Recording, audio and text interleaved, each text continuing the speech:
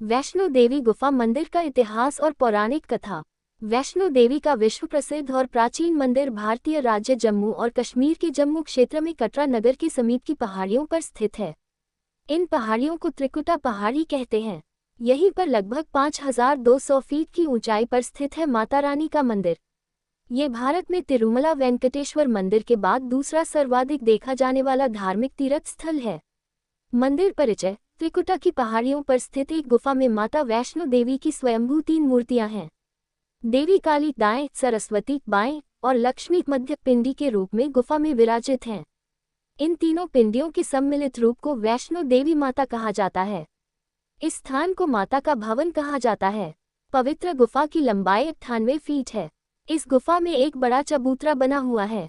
इस चबूतरे पर माता का आसन है जहां देवी त्रिकुटा अपनी माताओं के साथ विराजमान रहती हैं। भवन वह स्थान है जहां माता ने भैरवनाथ का वध किया था। प्राचीन गुफा के समक्ष भैरव का शरीर मौजूद है और उसका सिर उड़कर 3 किलोमीटर दूर भैरव घाटी में चला गया और शरीर यहां रह गया। जिस स्थान पर सिर गिरा, आज उस स्थान को भैरवनाथ के मंदिर के नाम से जाना जाता है। कटरा से ही वैष्णो देवी की पैदल चढ़ाई शुरू होती है जो भवन तक करीब 13 किलोमीटर और भैरव मंदिर तक 14.5 किलोमीटर है। मंदिर की पौराणिक कथा। मंदिर के संबंध में कई तरह की कथाएं प्रचलित हैं। एक बार त्रिकुटा की पहाड़ी पर एक सुंदर कन्या को देखकर भैरवनाथ उससे पकड़ने के लिए दौड़े। तब वह कन्या वायु रूप में बदलकर त्रिकुटा पर्वत की ओर उड़ चली। भैरवनाथ भी उनके पीछे भागे। माना जाता है कि तभी मां की रक्षा के लिए वहां पवन पुत्र हनुमान पहुंच गए। हनुमान जी को प्यास लगने पर माता ने उनके आग्रह पर धनुष से पहाड़ पर बाण चलाकर एक जलधारा निकाली और उस जल में अपने केश धोए। फिर वहीं एक गुफा में प्रवेश कर माता ने 9 माह तक तपस्या की। हनुमान जी ने पहरा दिया। फिर भैरवनाथ वहां आ धमके। उस दौरान एक साधु ने भैरवनाथ से कहा कि तू जिसे एक कन्या समझ रहा है वह आदिशक्ति जगदम्बा है, इसलिए उस महाशक्ति का पीछा छोड़ दे। भैरवनाथ ने साधु की बात नहीं मानी। तब माता गुफा की दूसरी ओर से मार्ग बनाकर बाहर निकल गईं। ये गुफा आज भी अर्धकुमारी या आदिकुमारी या गर्भजून के नाम से प्रसिद्ध है। अर्धकुमारी के पहले माता की चरण पादुका भी है। ये वह स्थान है जहां माता ने भागते भागते मुड़कर भैरवनाथ को देखा था। अंत में गुफा से बाहर निकलकर कन्या ने देवी का रूप धारण किया और भैरवनाथ वापस जाने का कहकर फिर से गुफा में चली गई, लेकिन भैरवनाथ नहीं माना और गुफा में प्रवेश करने लगा। ये देखकर माता की गुफा कर पहरा दे रहे हनुमान जी ने उसे युद्ध के लिए ललकार और दोनों का युद्ध हुआ।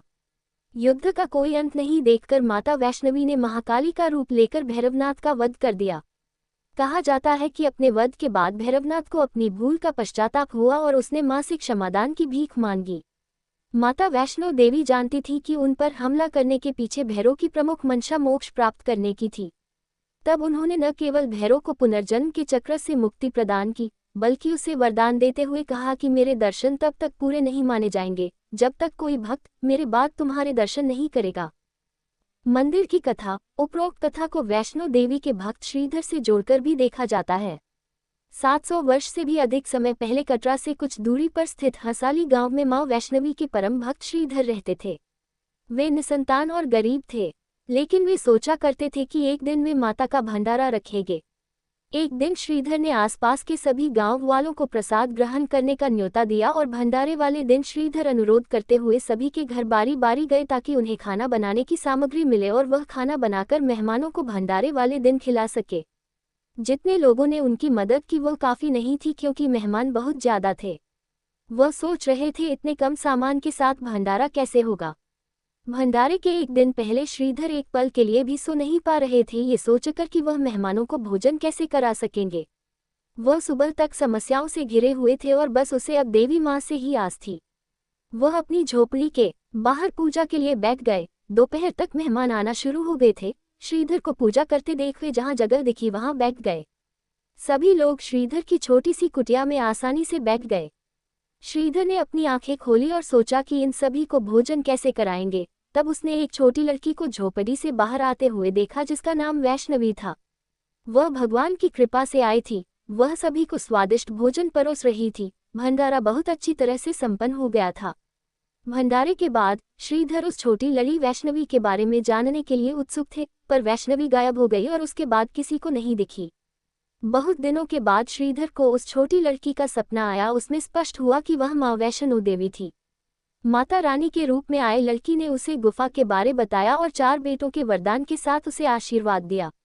श्रीधर एक बार फिर खुश हो गए और माँ की गुफा की तलाश में निकल पड़े और कुछ दिनों बाद उन्हें वह गुफा मिल गई। तभी से वहां पर माता के दर्शन के लिए श्रद्धालु जाने लगे। उम्मीद है आपको ये वीडियो पसंद आएगा। अगर पसंद आए तो लाइक, शेयर और सब्सक्राइब जरूर करें। धन्यवाद।